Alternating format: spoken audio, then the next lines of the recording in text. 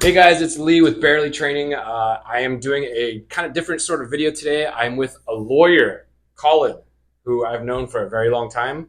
Uh, People may not know he worked for me at Gunfighter Tactical for a long time, and basically I put you through law school, so that's you're welcome. You're welcome Yes, for thank that. you for that. And today we're gonna do the Barely Five with him and get some questions and see where we go. Sound good? Sounds great. All right, Colin. Question number one. What's worse, stubbing your toe in the middle of the night or wearing a suit every day? Toe in the middle of the night. Really? Yeah, I mean, you look so sharp. I feel totally underdressed right now. Like, you look good. So you must absolutely like it. I love it, and I buy comfortable stuff. So it's not like I'm just dying in it all day. And just like as soon as I get home, I just rip it all off. Like I Yeah. could go do some things after this and be all right, and then I'll just be the best dressed one there. Oh, yeah, yeah. Like, I'm completely underdressed. The only time, caveat, the only time I ever wear anything dressed up is gun prom. Which I see you. You got your nice camo jacket and your Yeah. other attire Yep. that I always see you. I love Yeah. that. Yeah. It's hard to carry in this though. I'll tell you Oh, that. yeah, yeah. I imagine. Yeah. Dang, you look good. All right. Question number two. What made you specialize in this genre of law? I mean, there's tons and tons of different things you can do with a law degree. What made you specialize in what you do? I really had a focus on trying to fight the good fight against all the 2A stuff. Yeah. So that made me lean towards self defense. That made me lean toward other criminal things because so many people are prohibited people and can't get guns because of their criminal history. Right. So part of what I do is I try and help people clean up their criminal history so that they Mm-hmm. can eventually be able to get a gun again. Right. That's one thing that's really important to me. And then also other lawyers don't always consider their client's gun rights when they're trying to plea out a case. They just say, "Well, this is what's going to happen, and then you're going to lose your gun rights." And I see it so many times, and people don't even know that they're giving them away half the time Right. when they're making a deal like that. Yeah. Um, So the lawyer will just do what's like kind of the easiest thing, not necessarily what's the right thing. sometimes your back is against the wall too because you Right. have Right. some Of bad course. Of facts course. and Yeah. Yeah. Yeah. you just can't avoid it. Yeah. But there are also other ways, especially in California, people that get different kinds of gun charges and they didn't even know what they were doing was illegal. Mhm. Those are the people that I really like helping. Yeah. Yeah. Yeah. Because they just wake up one morning and they're a felon for some reason that they had no idea about, and then they get caught. Someone's lying down the road. And they're like, what? Like that sucks. And that's an easier sell for me when I talk to the DA and I'm trying to negotiate a case. I say, well, this is a good guy. He's a family man. He's got no criminal history. He's a pillar of the community. And I have a lot of good things to say about my clients versus in some of the criminal cases, I don't have such great things to say about them. That's fair. That's fair. Okay, that does narrow down why you chose this kind of niche field, which we need more of in the Second Amendment community. Like, we don't have a lot of fighters in the law side of things, so it's awesome that you chose this to stick with and be a part of. So. Yeah, sometimes I'll reach out to other attorneys that have more experience than me, and I'll ask them questions about different kinds of gun cases. And most of them, even with really good experience, they don't know what they're talking about Right. sometimes. Yeah. So a lot of them have actually started coming to me with different questions Yeah. about Exactly.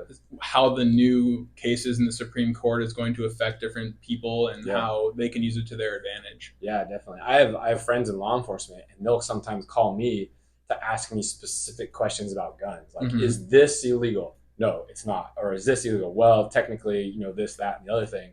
So yeah, I totally get it. When you're an expert in your field, other people will reach out to you to help.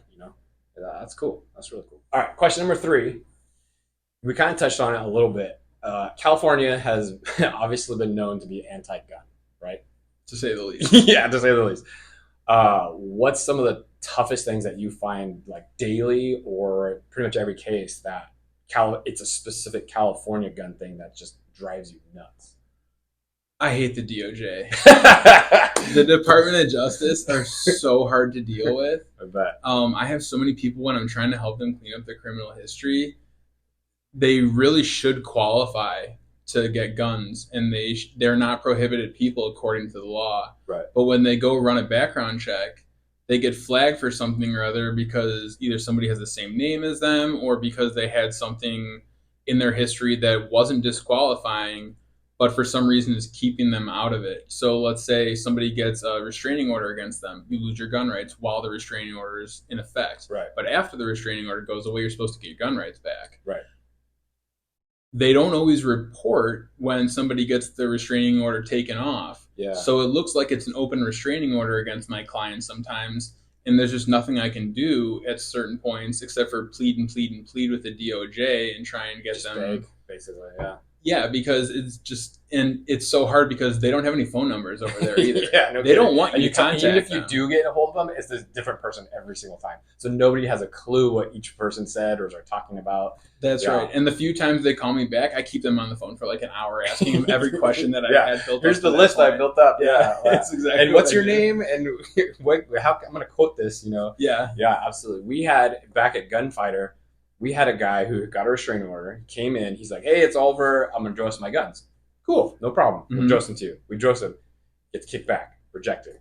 Hey, dude, I thought you said this was, good to go. It is. Like, here's the paperwork showing me. And I'm like, I don't know what to tell you. Like, come back in a month, maybe? Yeah, because the FFLs are held to that. They just can't release them. Right. And then the person's sitting there with the proper paperwork, and that's what kills me. Yeah, like he has the proof right here in his hand. And I'm like, dude, I can't do anything. The California DOJ DRO system, the dealer record of sale system, won't let me do it.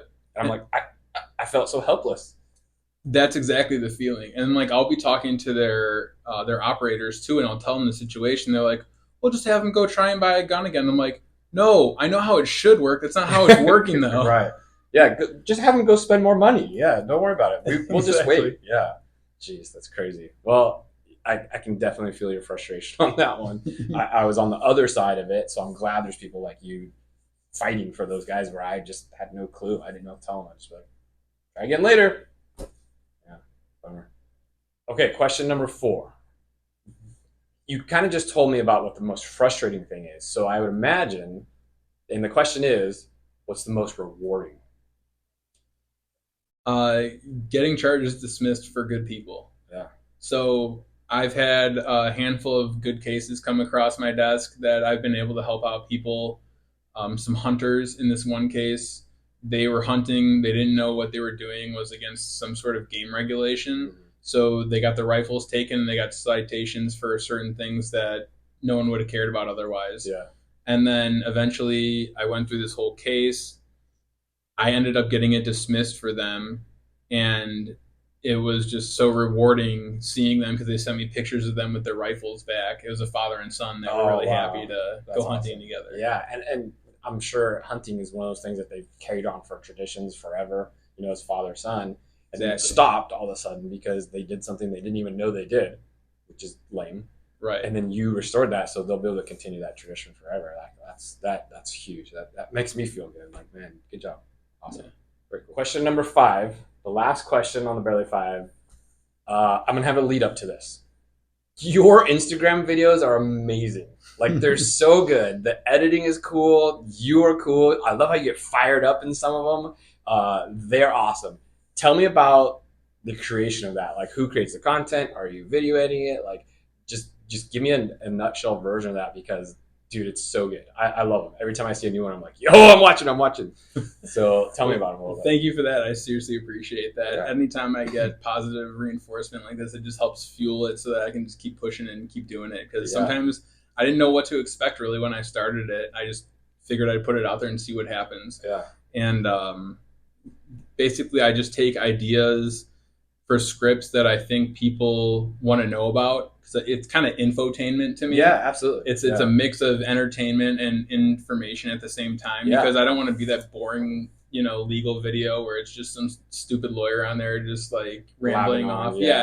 Stuff that nobody understands either. Yeah. I'm gonna try and put it in terms that people can understand and make it easy so that they can learn at the same time. Yeah. So I go through and I'll make different subjects. I'll write scripts about them.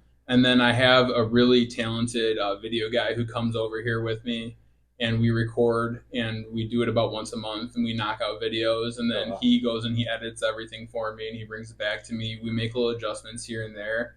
And then I make a nice schedule and I try and put them out so that I'm consistent about it. And trying to build the brand, build the crowd so that we can get the right people looking at it and hopefully make a change for the better. Yeah, I mean that's huge. I mean, I'm doing these videos and I'm editing them all myself, and I'm doing everything. So I know it's a lot of work.